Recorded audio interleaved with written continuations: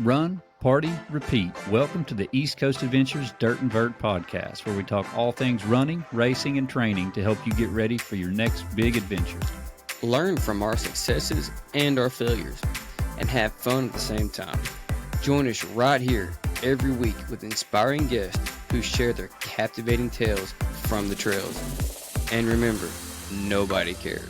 Run faster. All right, welcome back to the Dirt and Vert Podcast. I'm David. And I'm Matt. And we have a guest with us today who we get to share a lot of this area with, just talking about all of his great accomplishments around here. But Kristian Morgan, who actually he has the second fastest known time on the Appalachian Trail going northbound and southbound. And what we get to get into later is that he's going back for the record again this year for a new FKT attempt. Kristian has just a huge list of decorated races that he has completed. I even noticed you ran I believe it was the North Face in Thailand, a couple other races around the world. But if you don't care, tell us about who you are and how you got into running. Yeah, so I come from quite an adventurous family because my parents took us, I have one sister, and my parents took us to Australia. My sister was like 9 months old and I was, I think, 4.5 years old. And my parents took us to Australia as two children. And so that's for me where the adventures began, growing up in Australia as a little boy. And I don't know if people know, but Australia is a real outdoors place. So my playground was the banana trees and the creeks and little BMX and just messing around over there. So kind of grew up in Australia as a kid. And then, I've had such I feel quite fortunate to have such a varied life and lived all over the world and in Europe and Africa, and so I don't know where to start, but I grew up in Australia. That's maybe it's a good way to start. And how did you get into running? Yeah, that's a good one. All right, so I used to do amateur boxing, and part of our training was to run down the street down to the pub and then come back again. And about that time, I used to buy the Express and Star newspaper, which was a local newspaper, and in it, on one of the pages, it said the town I was born in was Wolverhampton, and it said Wolverhampton City Marathon. At the time it wasn't quite a city, so it just said Wolverhampton Town Marathon. And that day, it was the year 2000, so 25 years ago. It's gone quite quickly. And I just remember turning up on, I think it was a Sunday, paying my fee, which was, I don't know, $20, no internet sign up or anything. And I ran that day, and running that marathon really did change my life, because suddenly what actually happened during the marathon was I overcame myself, and getting to the finish line and overcoming myself was just life-changing, because I had to battle against, myself to cross that finish line. So that was how I started running in the year 2000. And then a cool thing is, back in 2016, that was the Wolverhampton Marathon was also my 100th marathon 16 years later. And I won the marathon that day as well. How did you then discover the world of ultra running? Yeah, probably many people attribute Dean Karnazes's book, Ultra Marathon Man. And I'm one of those people as well. I read the book, or someone told me about the book, and just hearing about people running further than marathon, thought, wow, maybe I can have a go at that.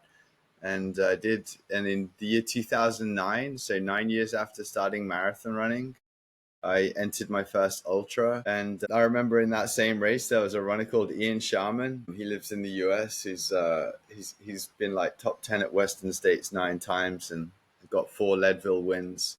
And I just remember just being exposed to a runner like him and the kind of positivity that he exudes, and just being in this new world of ultra running rather than marathon running was like really appealing for me. So it was year 2009 that I did my first ultra. And then I continued doing marathons for a while, but pretty much went fully away from road marathons and just started then doing like trail and ultra running, and some trail marathons as well. How many different countries have you ran like ultras and marathons in? Because it looks like a pretty long list. Have you kept track of that?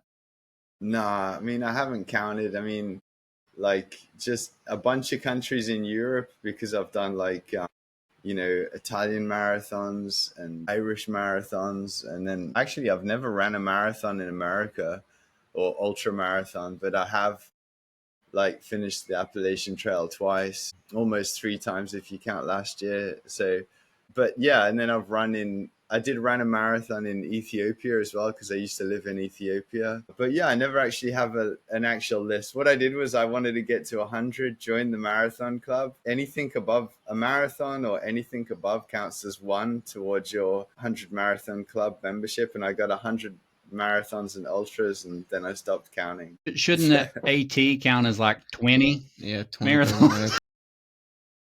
Yeah, I guess it's just ones with a bib, like, and since an FKT is like almost just like a bib-free self-adventure, then I guess it doesn't count. But otherwise, if it did, I'd definitely be in at least the 300 marathon club or something, I think. Yeah. Of all the races that you've ran in different countries and just all around, what has been like one of your favorites? And yeah, I mean, like my first one was significant because that was pretty awesome. The way you feel afterwards. Like I remember I was walking backwards down the stairs for about 3 days, and I had a really cool book I was reading. I think it was like a book about Tupac and his death. I was a fan of Tupac's music and stuff. So I was just like hanging out in my bed, playing like PlayStation games, reading this Tupac book. So that was like it wasn't just the marathon, it was the 3 days after the marathon. And I just felt this huge amount of success and achievement. And then the next one that really stood out for me was my first 100-mile ultra marathon. And I had the same kind of thing. The achievement lasted many, many days. In fact, I think the 100-mile distance changed my life, I would say, as did the marathon. But it was like I did the marathon, it kind of changed my life. And I didn't know if I could encounter such a drastic transformation again until I entered the 100-mile distance. And then once I did that in 2015, I felt there was another transformation. So I wouldn't say it's not a particular race or anything, but just those significant, iconic times in my life of the achievement factor. So I noticed that you've ran the Thailand North Face 100K multiple times, and looks like you've podiumed that multiple times. Yeah.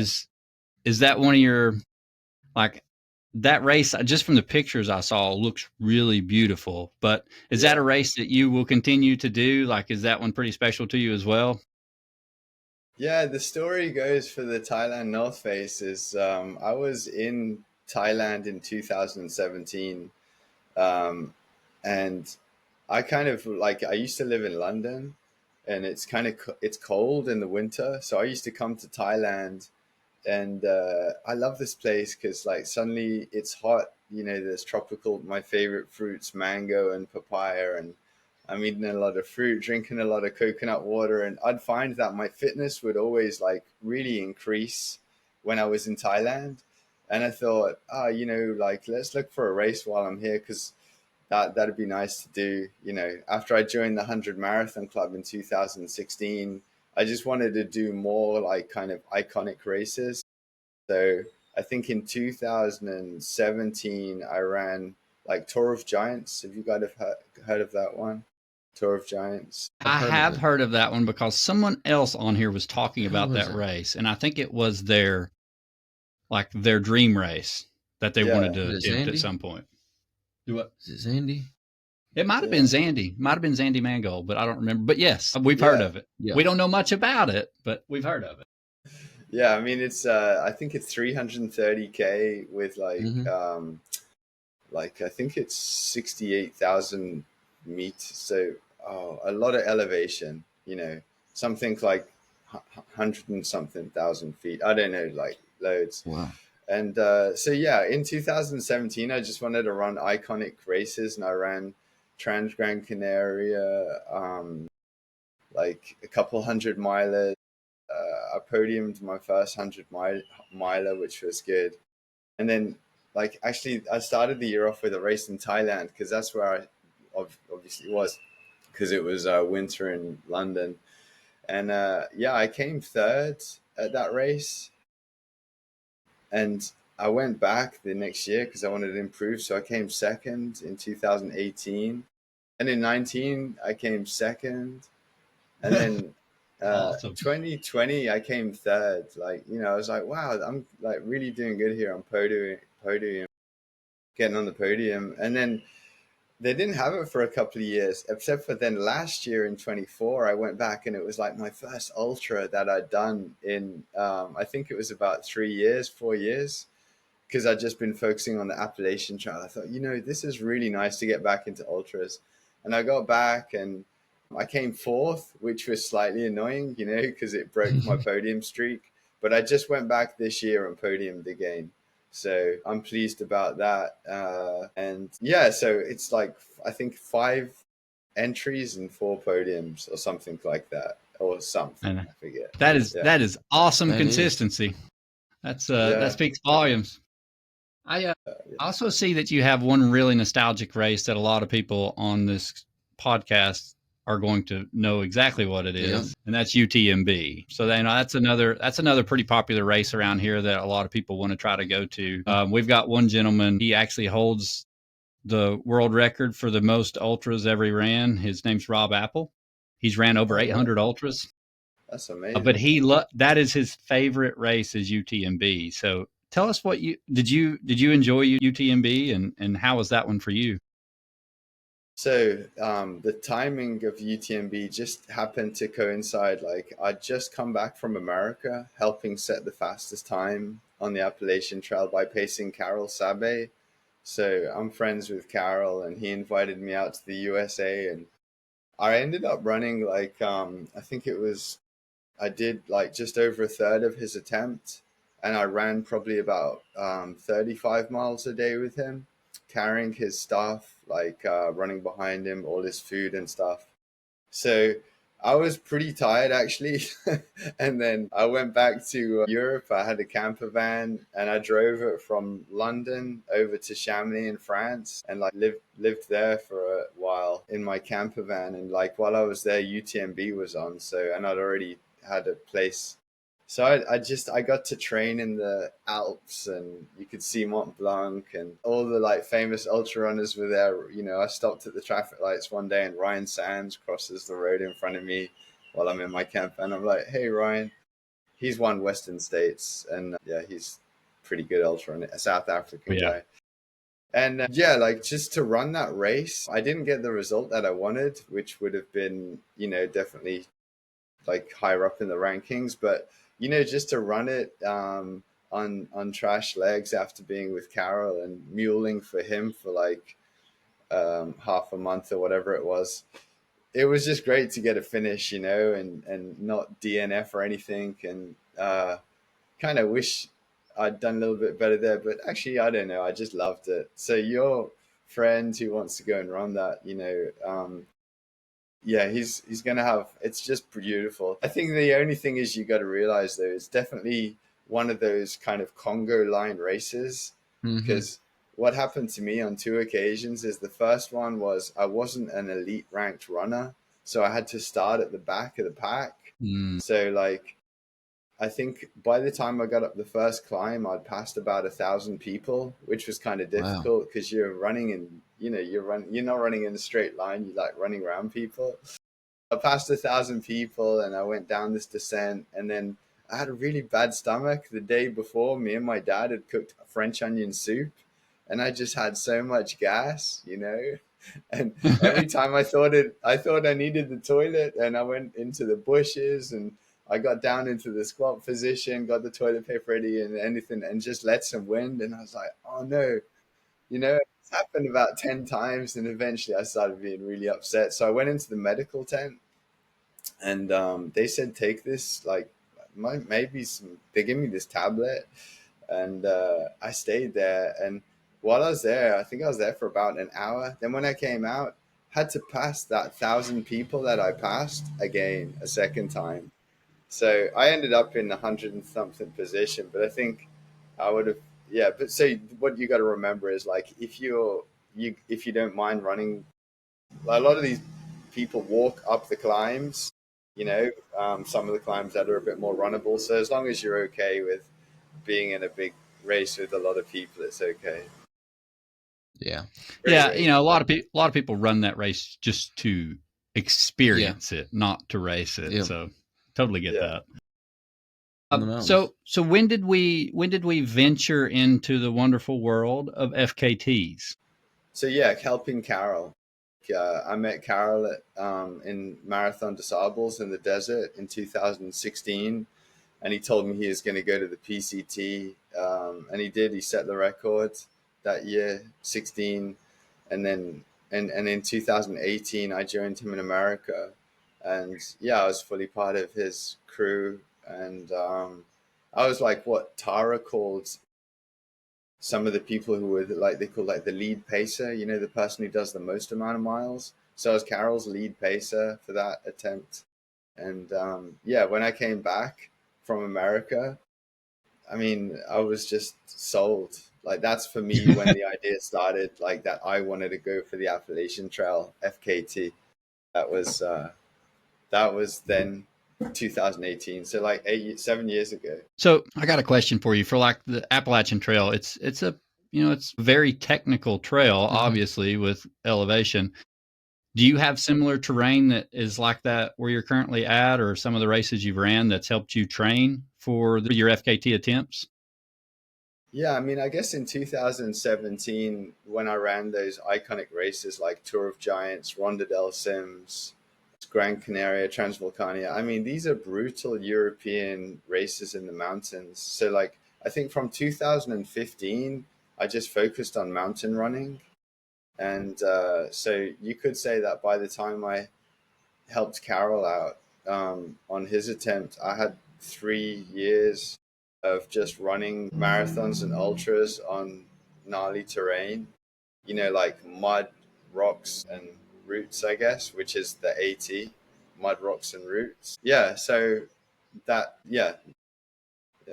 I mean, that's pretty awesome to have that training ground, because not a lot of people have that come try to run the AT. They're like, this is awful. How do people run on this? You know, and they don't really know how technical it is in some areas. But it sounds like you've got a good training ground, and just some of your previous races have helped you with that. When you went for your first FKT attempt on the AT, did you come explore and like check out the trail, or did you just come and show up and be like, here we go, we're starting today, and take off? Yeah. So like when my first attempt was actually in 2019.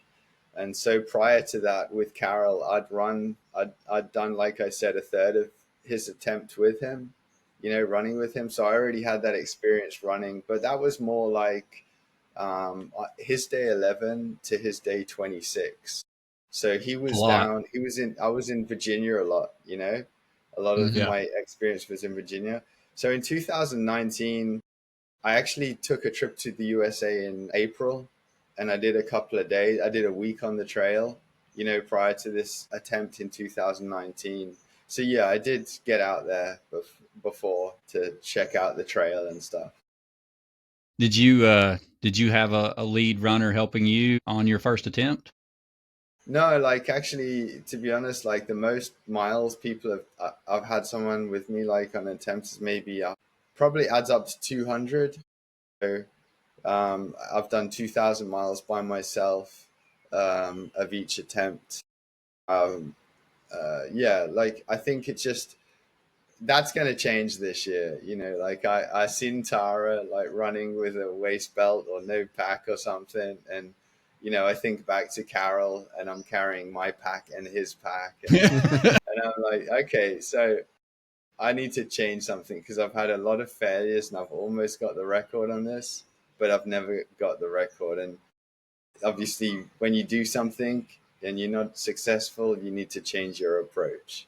So Well, and yeah, yeah. that's the only way you're ever going to be successful. So I love the way you said that. Yeah. I mean, you have to fail a few times, unfortunately, to figure out, you know, exactly what you need to do. So the first time you did the FKT, did you have even a crew helping you? Yeah, because it was supported. Like my Okay. mother her name is Sharon Mullen, but her trail name is Gun Section. So I love that. yeah, a quick story. We were in Walmart and we have to go to Walmart multiple times to like kit out the car and stuff. You know, we used to get a Dodge Caravan with the sliding door at the side and all the seats fold down inside. So she would kit it out. So she had like a bed inside there. I slept in a tent outside for my first attempts. And every time I called her up, I said like, Mom, where are you? And she said, oh, I'm in the gun section. And what are you doing in the gun section? She said, oh, I'm looking at the guns. So, okay, then. So after a while, I just said, I think I'm just like, it might not stick, but let's call you Gun Section. So like 6 years later, like a trail name is Gun Section. Is kind I of love it. That is great. And do you have a yeah. trail name? Actually, like, so in 2021, I had a failed attempt, right? It's like all these failures, 7 years of failures, right? And in 2021, I got off trail and I got off trail in Hot Springs. So it lasted about a week. And you know what? I was really envious of thru hikers and like I just wondered what that world felt like. It existed coincide my world of the FKT, but I would have to run past the thru hikers and sit around a campfire and stuff. So in 2021, what I did was I like changed my running vest for a hiking pack. And I went up to Hanover and I joined the thru hiking bubble and hiked all the way to Katahdin after my failed attempt. And I was like, you know, I want to experience what is it like to, you know, set a camp up and, you know, walk 15 miles and feel it, call it a good day, you know, instead of aiming for 50-mile days.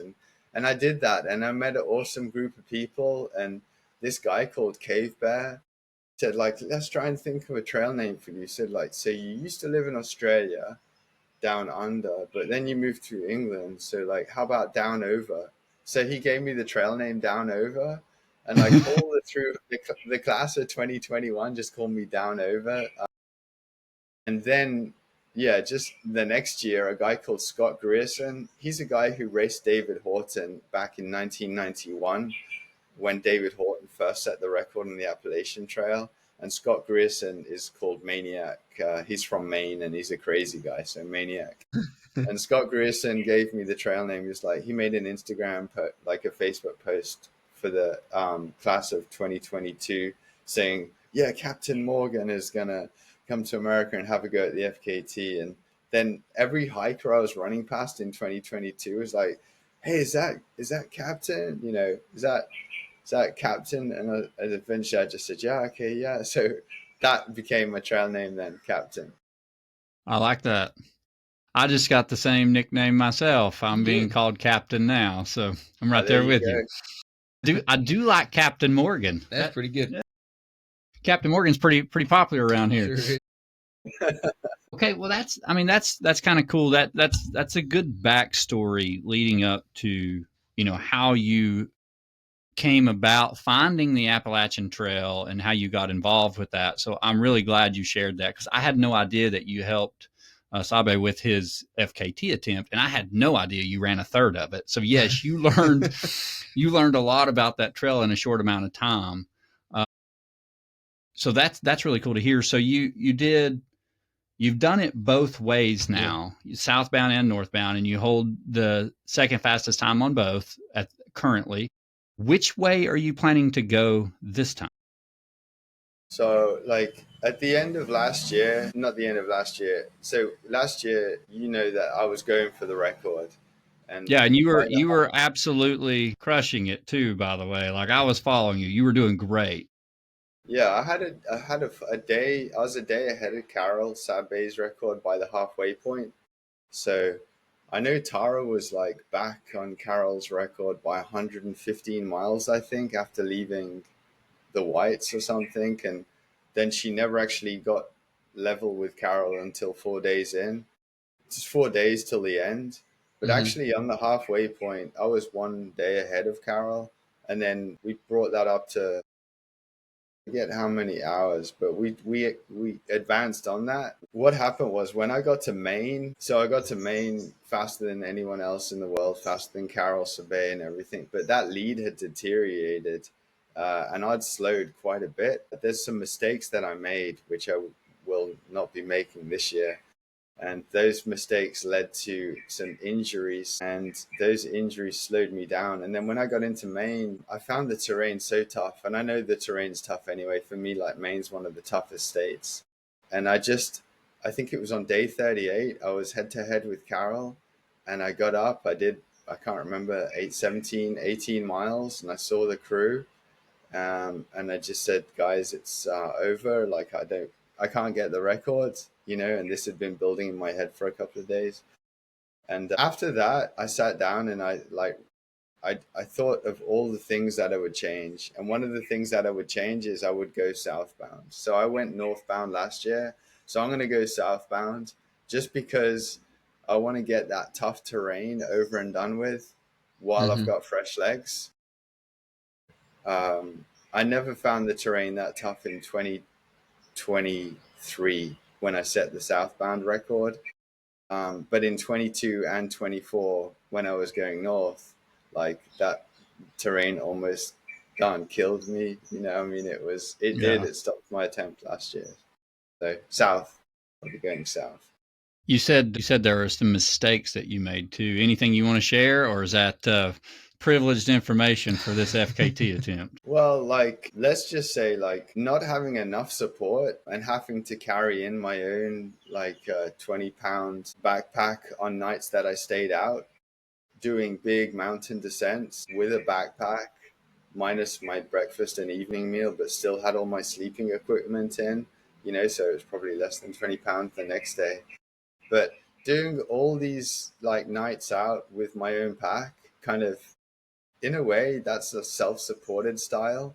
So mixing the self-supported on a fully supported record attempt where I'm entitled to have someone carry my pack, like I carry, so I think that is one mistake.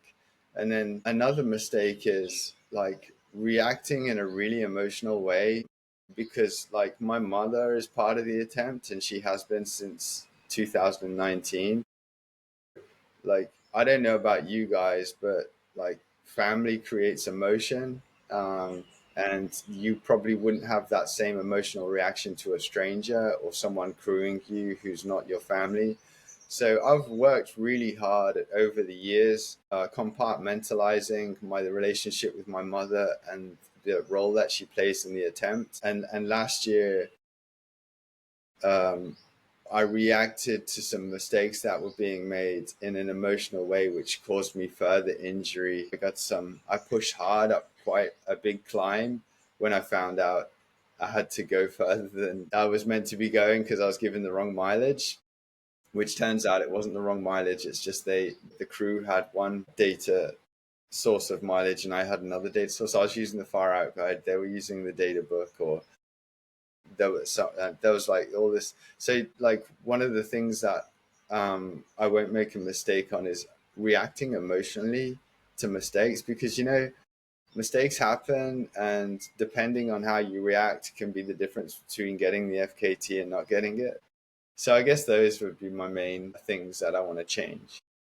Well, and that's good advice just for ultra running, period, because sometimes it's an emotional roller coaster and it's hard to keep those emotions in check. So, I mean, that's, and I can't imagine 30 days into an FKT attempt that your emotions are not, like if you see any of the pictures of Tara, I mean, she's just crying. I mean, there's days that she was just crying, just running, crying. And, that's something that it's always going to be hard sometimes to keep them in check, but it's being able to focus and just keep doing what you need to do until those emotions, can pass, or you deal with them and push them on. So, I mean, I think that's great advice to anybody that's like trying to do long distance ultras, period, is trying to be able to make that balance to where you can keep doing what you need to do and kind of get through that. Yeah. But it's interesting though that you were doing, I mean, I didn't realize you were carrying a backpack and like staying even on a fully supported FKT. So yeah, you definitely had your work cut out for you. Like you were doing extra that eventually just kind of broke you down even more. I would imagine. I mean, if you're carrying a 40-pound pack just so you can get through the night and have food and stuff, you're doing extra work. And that's on an FKT attempt on the AT, that's definitely working against you. Yeah. Just to correct you there, like 20 pounds than 40 pounds. Like 20. But well, yeah, but still, it probably felt like 30 days in. You're like a rucksack climbing them mountains. But regardless, like that's weight. That's crazy, and especially hours in to something. I mean, you're carrying that weight on you, and it just weighs on you. That way. So you're going to go southbound this year. How long does it take you to plan for this? Like, do you go through every little detail?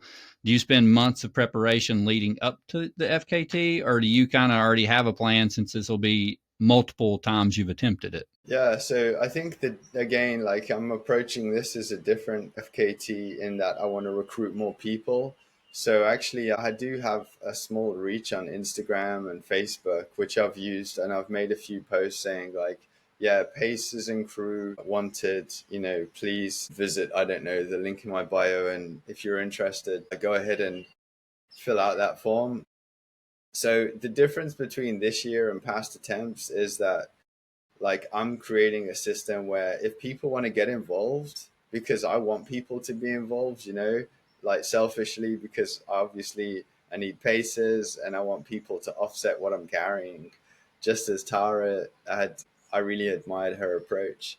So yeah, like it is different, but as just for the general kind of what does it take to plan an FKT, because I guess this is now, I've been coming out since 2018. I was out every single year bar 2020. Even in 2020, I stayed in Britain and have you guys heard of Damien Hall, the British ultra runner?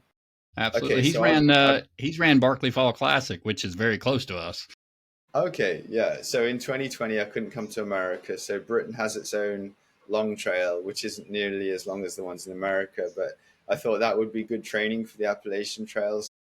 I stayed in Britain in 2020 and I broke Damien Hall's record on Britain's longest national trail, the Southwest Coast Path. And I did about 100 kilometers a day over like coastal rugged trail with similar elevation to the Appalachian Trail for like 10 days. So that was so my experience with like organizing attempts has been from 2019 onwards to now, every single year. So I'm not so much daunted by like the travel aspect and like how we're going to set the crew car up. This is all stuff we've done before, but what is going to be different is like, okay, so I never had a good amount of paces, so I do want paces. So how am I going to approach that? Maybe some social media posts, maybe people reach out to me on an email. So that's slightly different. And I am a little bit unfamiliar with this style of preparing for the attempt. But yeah, like I do want to change that. That will be what I'll do. Well, if anyone is interested in helping Kristian crew or be a lead to help pace him, check him out on Instagram.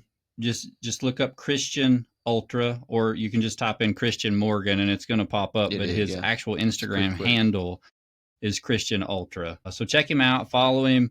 And then also, if anyone's interested in helping, let him know, shoot him a message. Is there anywhere else that they can reach out to you that you want to share?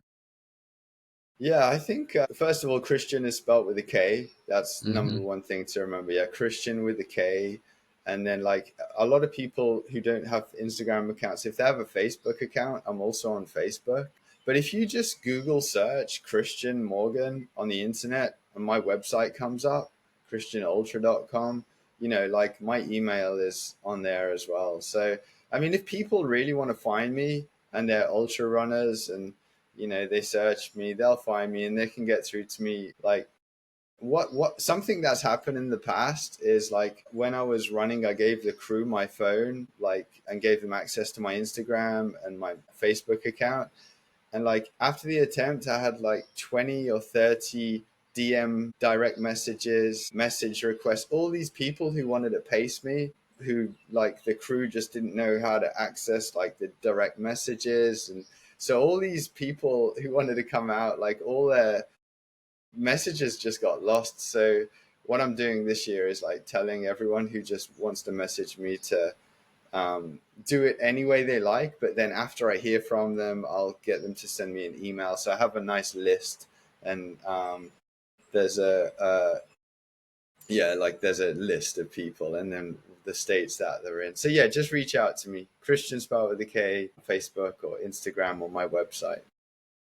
Now, when is your FKT attempt? Have you got it narrowed down yet to the date or month? Yeah, like it's gonna be like August, beginning of August. Of course, like you have to always have a weather window, because you just don't know what's gonna happen. And so yeah, the beginning of August, heading south from Katahdin. Love it. So is there any other FKT that you're interested in trying to go after besides the AT? Not really. The Appalachian Trail is like where I've spent 7 years now. So like, and I say I've been failing for 7 years, and that's a long time to like, imagine like a boxer just getting in a ring, and for 7 years they get punched in the face and they fall on the floor and they get back up. Like I'm that guy who's just getting back up off the floor for 7 years, and I'm hungry as I was day one. In fact, more now because I have more knowledge of what it takes to get that record. So I'm hungry as anything. And the Appalachian Trail now is where at age 48 as well, like I think when Tara went for the record and she said she was going to go for the overall record, she probably got a lot of pushback of people saying, well, how can a woman set the overall record? Like it's held by an amazing male ultra runner called Carol Sabe.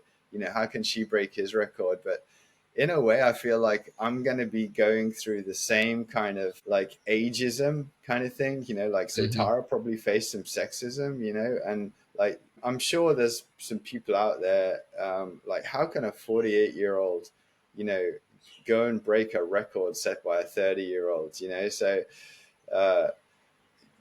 like, I just know that what's important is that you believe that you can get the record and you continue to pursue your belief. Like 7 years later, I'm not interested in like any other trail. I just want to set a record on the Appalachian Trail, and I'm determined, to give it my best shot of whatever my best is currently, Well, and I appreciate you saying that, because that happens across the board, and it's usually not people from the running community, which is what sucks. Yeah. Like the trail running and ultra running community is so supportive. Like you going out and helping Sabe, try to set the FKT, and like other FKT people that actually hold the FKT have helped other people try to break their FKT. So like that camaraderie is there. Unfortunately, the people that usually have something to say are the people that don't even run, that just want to doubt you.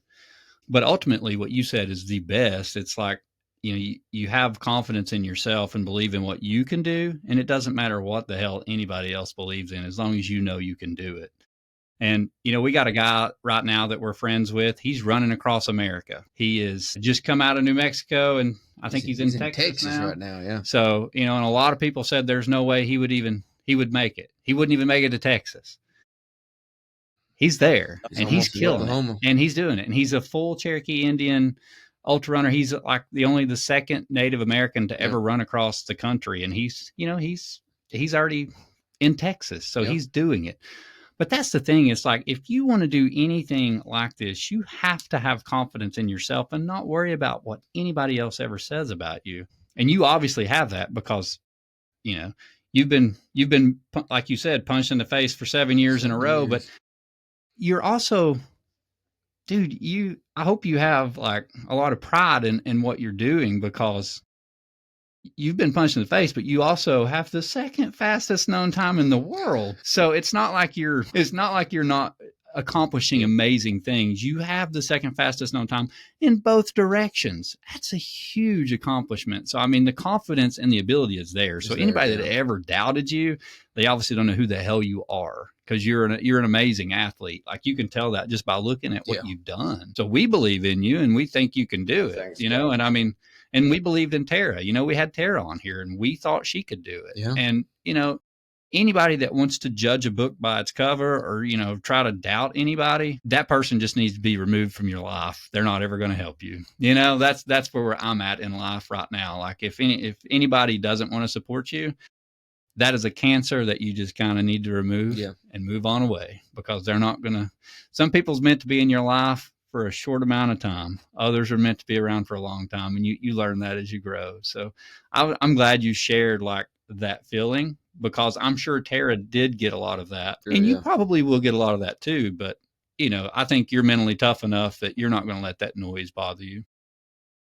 No, I just hope, you continue to pursue, like, there's that film called like The Pursuit of Happiness, and I haven't even seen it, but I saw a quote yesterday saying that it's the pursuit, it's having something to get up for every day to pursue. Like, if you have nothing in life to pursue, sometimes maybe some people may feel lost, and that's why there's a lot of drug problems in the world and alcoholic problems, and people are addicted to food. And but if you have something in life to pursue, like this Appalachian Trail, like you said, has given me something to pursue. And, I am proud of my accomplishments, but I'm also hard on myself that, like, I don't see that, well, what I want to do is I want to set a record on the Appalachian Trail, and I'm proud that I'm the second fastest in the world, north and south. But at the same time, I'm not so proud that I'm going to sit on my,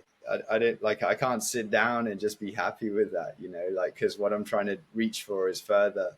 But definitely just the pursuit the AT has provided me for 7 years has been, it's not really just the achievements, like the people that I've met over the years who have helped me with this. Obviously, my mother being there for me and having that close proximity. Yeah, it's been heated at times and stuff, but having that ability to reach into the relationship further.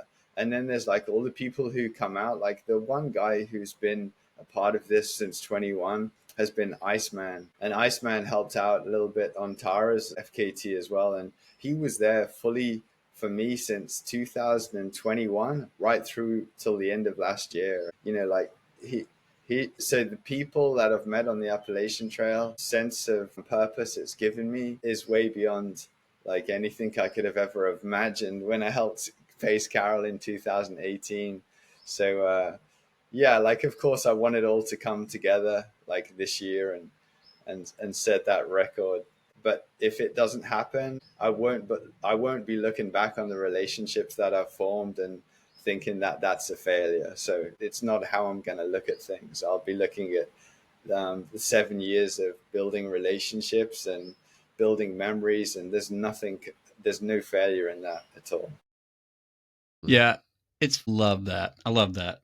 And we actually talked about that at one of our events last year. And, we just talked about like, it's okay. Everybody wants to be competitive. Everybody wants to win. But don't forget, one of the most important things that you'll always take with you is the people that you get to share that moment with. That's the thing that really matters, like getting that and that experience. If you get the chance to set the FKT, that's awesome. But to your point, the one thing you'll always have regardless, you could get the FKT next year or this year and then lose it again next year, but you will never forget sharing that with the people that are going to come out and pace you, come out and crew you, the people you'll meet and just form relationships with. is truly the stuff that's what matters. That's the things you'll never forget. And it's well said. Well said. Now I'm just getting my hair standing up on the back of my neck, you saying that, because it really is. Yeah, it is. The success is the value in the relationships and the experiences. Yeah. And if you miss that, you're not going to really be successful if you get the record or not. Yeah. And getting to share those experiences with that people is what's going to help make you successful. I mean, and I think you're going about it the right way this year. You're going to find people that are with you, that to help you, crew you, pace you, run with you. That's the right direction. Like, it's a community, so use it. And, and people want to help. And I can't wait to share this podcast, me and Matt, just so that we can get that out. And hopefully a lot of people come out and join you. If it's a weekend that we're not putting on an event, we'll try to come out and join you. Yeah. August and September is kind of busy for us, but we might have depending on what week it is, we might be able to come help some. When Terry was coming down through, it was so close to our event that we put on, and we couldn't get to when she was coming right through our area. We were up But the there. good news is he's going southbound, so hopefully by the time he gets here, we're kind of past that. So we'll get it shared, and we definitely want to support you any way we can. If we can come run with you, we would love to do that. Absolutely, Kristian. One last question from me, and then we'll move on a little bit from the AT. What you talked about, what your hardest section was, and that's in Maine. What is your favorite section of the FKT? Yeah, I really enjoy the diversity. So like the Southern hospitality, towns like Franklin, and then down in Georgia, just that kind of, I just love the landscape, the big open, the open sky, just that openness, and the people, the accent, the food, I love everything down south. And then at the same time, even though like Maine was my toughest section, like pre-Maine, like you've got New Hampshire, and getting up those above tree line and just being able to see it all, like where you've just come from, where you're going, and then getting down into Maine, into the woods, and all those lakes that you're going by, and then the wildlife, the opportunity of seeing moose at every lake or pond that you pass. They call them ponds. So my favorite is the north and the south, and my least favorite is probably the middle, like running through, where all the roads are and all the traffic, and, some of the states aren't that long, but that middle section is more busy with traffic and roads. So in that sense, that like I love the north and then the south and then the middle. I mean, I don't mean like Virginia. I love Virginia, but I mean more like the upper middle. If you're looking at it that way. Yeah, because Virginia's a pretty place too, and it's got some really cool towns you come into.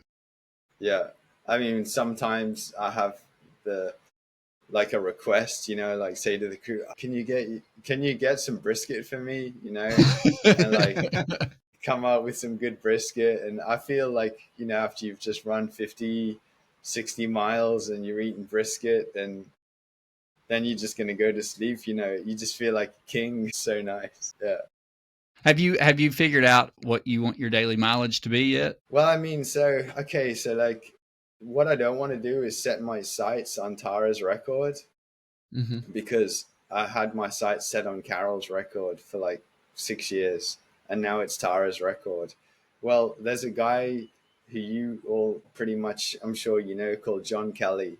Yeah. Mm-hmm. And John Kelly is going for the northbound record on the Appalachian Trail. Or he's going for the overall record, but heading north, starting late May. And it's public because he's announced it. So, I'm not like spilling the beans here or anything. But I'd say if anyone has more of a chance than anyone who has set the record on the AT, I would say it's John Kelly. And I can see, he said he wants to move like he wants to move like Carol and sleep like Tara. And if he does the average miles an hour that Carol did and sleeps like Tara did, he's going to bring that record down to about 36, 37 days. So based off what he does, then that changes the daily mileage. Tara averaged just under 55 miles a day. So she's 54 point something miles a day from the start to the finish. So like, what I'm not going to do is say I'm aiming to do 55 miles a day. Because if John Kelly comes along and sets a new fastest known time, then I need to readjust my expectations on daily mileage. So when I step foot on Katahdin and I go south, whatever the record is on that day, that's what I'll be aiming to beat. So, I love that. I love that you're not telling yourself a mileage, Yeah. like to not even get it in your head. Just, I think that's really cool. It's a good way to approach it, because that way you're not set on a number. And, 2 days before you're like, oh man, now I got to run 5 extra miles a day. Yeah. And also the thing there is that the miles you're going to do up north, or in Maine and New Hampshire, are different from the miles you're going to do in the middle. Pennsylvania, I pulled out 260 plus mile days pretty much in 2022 and last year as well. So you're going to get higher mileage in the middle. And then down south, the mileage is going to be higher than up north, but not as high as the middle. So it's always never consistent. It depends on the terrain where you are on the Appalachian Trail. Yeah, and the one thing that's out of your control every time is weather. Yeah. Yeah. That can play a significant factor in everybody. Tara, she was close. As soon as she come through Virginia, I think it was just a couple weeks later, or maybe it wasn't long. It wasn't long. No. I mean, that's when the storm come through and flooded the entire it flooded everything. Like, there was no trail left for a long time. Like, it was all underwater. So you never know with weather. I'm not saying that's going to happen again, but weather definitely plays a significant role in, if it's a terrible storm, that's obviously going to slow you down. Or if you're having great weather for the most part, then you might actually come out better just with weather, just because you can move faster. And with it being in the east over here, you never know what the weather's going to be, unfortunately. It can change real quick in the mountains. Yeah. No, I agree. The weather's a factor. So, for me, I guess the one last thing I'll ask, and then Matt, we can turn it over to you here in a minute if you got some questions you want to ask. But what does your training look like leading up to this? Do you have, like, are you trying to get 100-mile weeks in? Are you really just focused on vert? What does your training look like? So every other year, I've always done a set amount of mileage each week, in between like 100K and 100 miles a week. And I've had in between like 12,000 feet and 26,000 feet of vert, and I just try to be consistent with that. And I haven't really done any races this year. And the end of last year, I took a different turn, because I love running ultras. And when I ran the Thailand North Face last year, I thought, wow, it's been since 2020 since I ran an ultra. So 4 years, that's crazy. Wow. But I've done, all these distances I've done multiple ultras every year, but so this year, and last year, I thought, let's just do some races for a change. So I entered 3 races, a 50K, a 100K, and a 75K. I podiumed them in my category. Yeah, I podiumed them in my category, all of them second position. So I wasn't trying to win them outright, because some of the races had have you heard of CCC? Mm-hmm. So there was some top, I think, podium finishes from CCC in some of these races, and UTMB. So they were super competitive. So I didn't really necessarily want to win these races, but I ended up podiuming in my age category. And so that was something different. And it's a lot faster that you're running for, but from now to the end, my training is pretty much another 6 weeks or 2 months in Thailand. My training consists of a lot of massage. Massage over here is about $10 for an hour, hour and a half. And it's deep tissue, therapeutic, healing massage, taking good rest days, training isn't just about mileage and vert. So yeah, but I'll be getting a ton of mileage in vert. And then for the final 2 months in June and July, I'm going to be in America. So I'm looking to meet people and run with them. I'm going to be based up in New Hampshire, and I want to like just run on the Appalachian Trail in the whites and just get familiar again with something which a place almost feels like home to me. I love that. So let me ask you a question we ask every listener, Kristian, and that is, why? Why do you run? What drives you to want to do this? And why do you have a passion for it? Why do you love it? So when I was at school, I had a best friend called Hugh Scary, and Hugh, like, and his surname was Scary, and he never had like direction in terms of having something he was passionate about, you know. And he ended up like going on to heroin. Like we were both big weed smokers, you know, when we were younger, riding around on our mountain bikes, having adventures, smoking weed. But he took it a step further. So I went in the direction of like running marathons, and he went in the direction of, I don't know, like weed is like a gateway drug. So he started trying other stuff. He's dead now. Like, you know, he died in a tragic accident. And his life, he worked so hard all his life as a truck mechanic.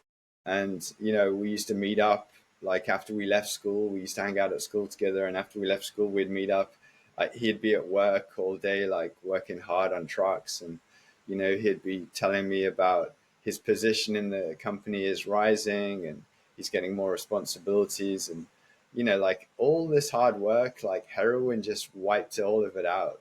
You know, like his brother was a heroin addict and he pulled him into that world, and they just the money that he took 10 years to earn in his career just went down the drain.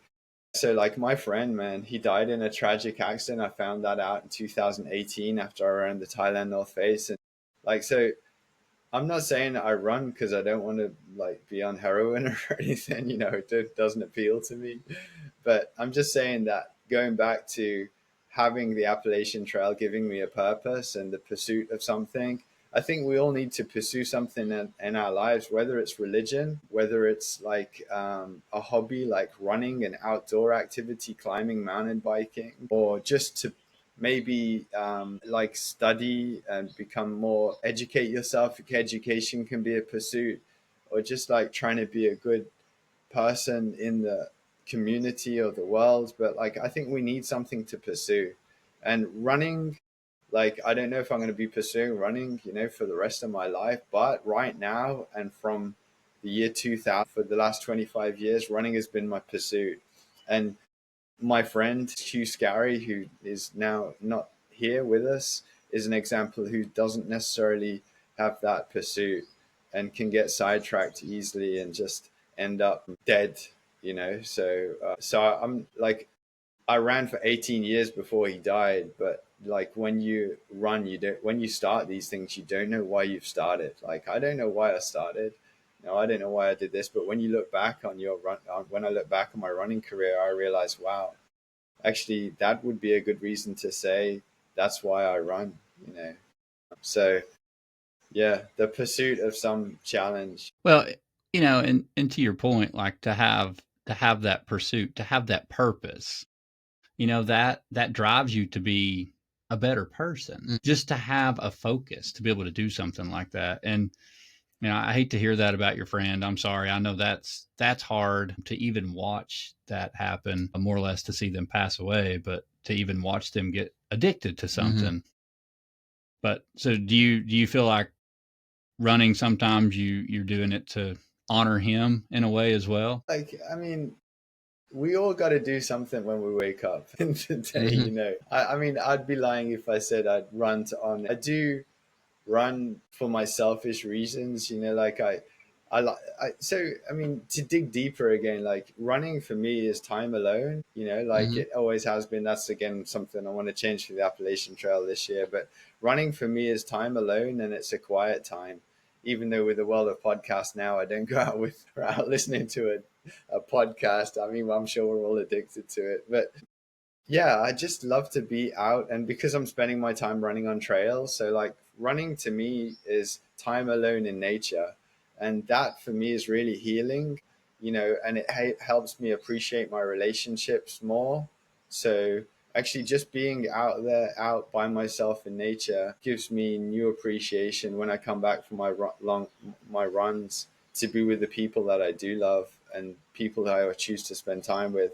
And it makes me a better person. Whereas if I didn't have that hobby and I didn't have that time to go and spend, I mean, I'm sure I would turn into a hunter or a fisher or like a hiker, or, you know, I'd find a way to get out there. But I think for those people who don't have that time out by themselves, are almost suffocated by everything in their life, you know, you really need to just sometimes step out and take time for yourself and breathe and just be by yourself. And that for me really is, I guess, what running has become: time alone and time to breathe. Well said. It's funny. I shared a reel the other day, might have been yesterday, and it was, you know, talking about why you run, kind of, and or what is running to you. And one of my favorite responses, a comment, did you see that, Matt? Someone said, running is everything for me. And I was like, I totally get that. Like, you know, sometimes it really is when everything in your life is hard. You know, some things just, you know, some days, some weeks, they're just hard and nothing is right. And you can go run, and at least in that moment, everything's okay. And you can kind of find yourself, you can sit back, you can be mindful, meditate, pray, whatever you need to do. But you need that to make that, whether it's a week or a month or whatever is wrong in your life, you need that one moment. So I totally get it sometimes when people say running is everything to me, because it may be the only thing that's keeping you sane, because life can be chaotic and it is chaos. And thank you for sharing, like being open and honest. Like, I love your answer. And it's true. It's why a lot of us run. You know, sometimes it is selfish because we need it to be a better human. Yeah, definitely. Thanks for appreciating that and sharing the reel that you saw as well.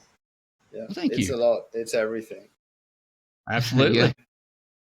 And that's kind of, and you know, I do have to say, I really love your story with, probably never knew in a million years that going and helping Sabe do that, Carl Sabe, go help him do the FKT attempt was going to lead to this for you, which is really cool. Like, you probably had no idea what you were even getting into, really.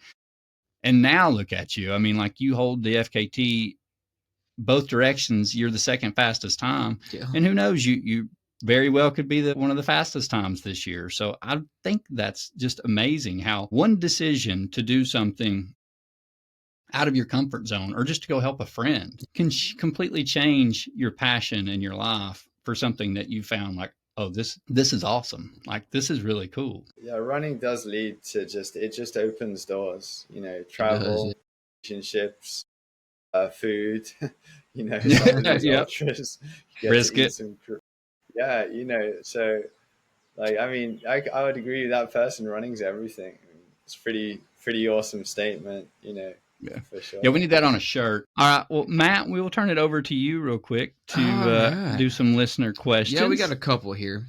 All right. The first one is, since you've ran in so many countries, it's a two-part question. What has been your favorite country to run in? And then what has been your favorite country to just visit? Ooh, I like that. Well, you know, I hate to give such a unspecific answer, but like, I tend not to have favorites. Having said that, because places are so different, you know, like, but I gotta say, there's a reason I keep on coming back to America. There's a reason I keep on coming back to like the Appalachian Trail. And so if I'm to say my favorite place to run, like, one of them is America, you know, but also one of them is Thailand, because I keep on coming back here as well. There's a dirt running track just up the road here, and I've run like over 1,000 miles on a dirt 400-meter running track, because I just love just being there. I don't have to cross the road. There's no traffic lights, and I just go and tick off miles. There's no elevation, so I do it as my easy run. But I've done 1,000 miles on that track. So yeah, I don't have one exact favorite place to run, and a favorite country to visit. Again, like, I've got so many places I want to visit right now. Like, I just got back from India a few weeks ago, you know, and I was in Vietnam a few weeks before that, and I was in Paris earlier, like late last year, and just like, I don't think I'm ever going to get bored of it. Like, I really want to go and visit Japan, Japan, and check out that culture there. And I'm really big on food as well. So one of the places I'm really, really looking forward to is in America. I want to go to Texas, and I want to like do a proper, not like a touristy tour, but I'd love to just buy a old vehicle and drive around Texas and visit all the barbecue places, so, and the music and the history. So like, planet Earth is my favorite place to run and my favorite place to visit. So I'm gonna go with planet Earth. It makes sense. And you've been to a lot of places, so it makes sense. All right, the next one is about food. Since you've done so many races in different countries, what has been the craziest food that you've got at an aid station? Yeah. Let me think about that one for a second. Oh, yeah. Okay. So, like, I told you about that race, Tour of Giants. Yes. Tour de Giant. So, like, they have, like, wine and cheese and salami at the checkpoints. So, and even espresso coffee. Like, so you can sit down, you can have some wine, have a selection of cheeses, some charcuterie, and then have an espresso and carry on, into the mountains. So that was pretty cool. That was different. Would they let you just grab a bottle and go? The whole carton. Here, I'm just gonna slide this in the pack. I'll see you guys in a few hours. Fill your little bladder up, all your stuff. Just take it and go. See Kristian laying in the woods over there. We haven't saw him for a while. He's like, I'm sorry, I overhydrated. Laid down, took a nap. That is a really interesting food for an ultra, though. That's different, and that's really cool, though. Like, even to have espresso at an aid station, like, I bet that would get you fired up. Take a couple of espresso shots and go. Chris Stamen would he would love that. That's really cool. Yeah. All right, let's see what we got. I think we got one more. Since you've done all these races and you've done the Appalachian Trail, what is one race that you want to do or one trail that you want to do that you haven't done? Yeah, I mean, I want to do Leadville, Western States, Old Dominion, Wasatch, like Fat Dog 120. I'd love to go on a tour. And actually, like, I did join the 100 Marathon Club. It's kind of I've got a few goals beyond the Appalachian Trail. Like you asked if there's any other FKTs I'd like to do. I definitely see myself interested in the Triple Crown FKT, which is the PCT, the Pacific Crest Trail, Continental Divide, and the Appalachian Trail in one Triple Crown calendar year. So like, I'd love to maybe do all those trails in 1 year, faster than anyone else in the world. I think it's something like 257 days right now. That's one thing that interests me. But then the other thing that interests me is also becoming like a 100 marathons member, to do 100 milers. That would be really cool as well. So there are two things I'm interested in. And obviously, if and all the 100 milers in America are the ones that really appeal to me, I was actually about to suggest that to you, so I'm glad you said that. We had that gentleman on here that runs the website Ultra Running History. His name's Davey Crockett. He's the one that keeps track of the 100 mile records. So I don't know if you ever get on there and play around, but you can see everybody that's done it throughout the world that have submitted it to him. Really cool to see. That's a very small club too, so that's an honor to be in that. I hope you do that. But man, I tell you one race I think you should add to your bucket list. You may have no desire, but I think you would be so good at it. You need to throw your hat in there at some point for the Barkley Fall Classic. I mean, for the Barkley. Barkley. You ever heard of the Barkley? Yeah, like my friend, I think some of my friends have finished it. David Horton, Carol Sabe, Andrew Thompson is a good buddy who's finished it, and then Trav. So like, yeah, I think like 3 people I know have actually finished it. Yeah, you should throw your name in that hat at some point. I think you would really enjoy that. That's a very special area to run in, anyways. Just because it's so different and so technical, and But that race has so much history and so much nostalgia. I don't know if you've ever watched any of the documentaries, but I think you would be really good at it.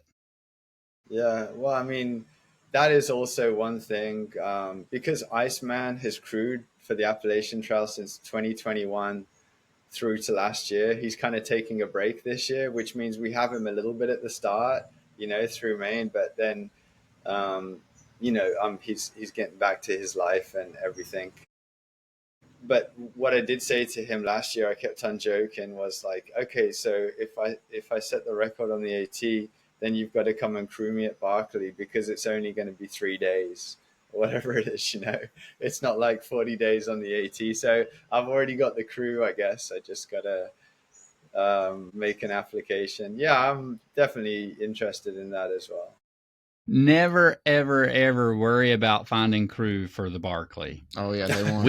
We live 45 minutes from it, so It's not an issue. You got crew if you ever need crew, so don't worry about that. But yeah, you should. I think you would enjoy that. Like, I think that's something you would probably enjoy. I think at some point you should definitely try it. Yep, I agree with that. Yeah. So I know Matt didn't have this as a question. I was hoping someone would ask you this, but I'll ask you. Ask away. So since you do live in another country that, and you've been in multiple countries, obviously running different areas, what do you fuel with? Like, you have so many choices and so many different options throughout the world of what you're choosing to fuel with. What is your fuel of choice?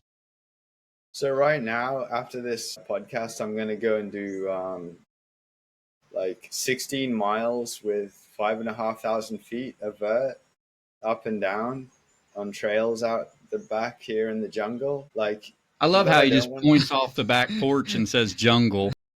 Yeah. Yeah. So actually on the way, there's a little Thai market, and I'm going to go and pick up some sticky rice.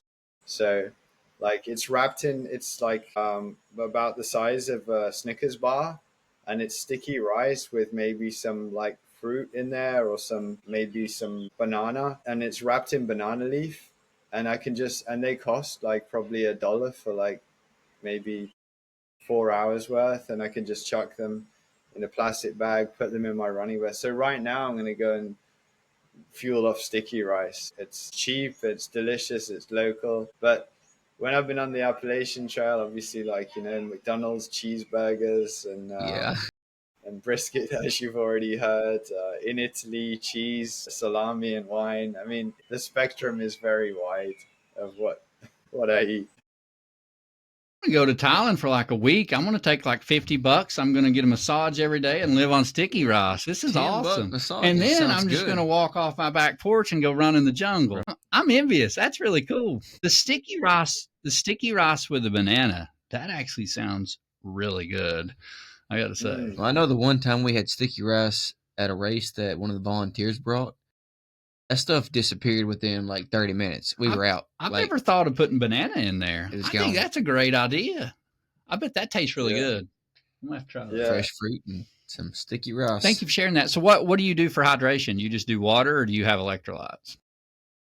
Yeah, good question, actually. There is there's a lot of 7-Elevens here, and I just kind of budget. I don't, it can be quite expensive if you're having a gel, it can be $5 for one gel or something, $3 a gel. So there's the 7-Eleven have packets of electrolytes, and I think it's 30 cents, and I can fill up half a liter. The other thing I have is I just go and I get them to, there's people who have a big pile of coconuts, and they'll just chop open some coconuts, and I'll just pour the water straight out the coconut into my hydration vest. Not during the run, but before. I buy a liter, and it's how much is that? 120 baht. So probably $4 for a liter of fresh coconut water chopped out of the coconut. So that's what my electrolytes, because that's got potassium, magnesium, sodium, and that's a good electrolyte.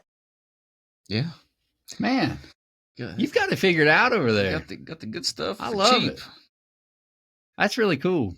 Yeah, coconut water. I mean, I love coconut water. I think that stuff's so good. It's $4 for 1 ounce here.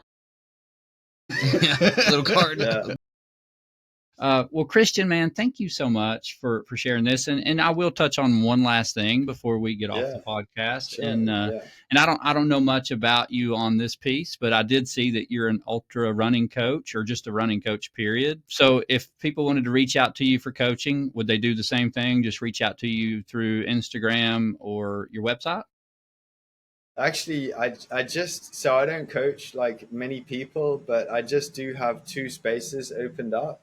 So if there is someone or 2 people who are interested and they want to reach out, I got a couple of slots open, because some people train for a race and then after they achieve their race, they stop. So I just got a couple of spaces opened up. So yeah, if anyone's interested in, like, I train people for marathons or ultra marathons, and if they want to reach out, a good place to reach out to me is like on my Instagram. They can either direct message me, or if it's Facebook, they can send me a message on Facebook, or they can go to my website and send me an email.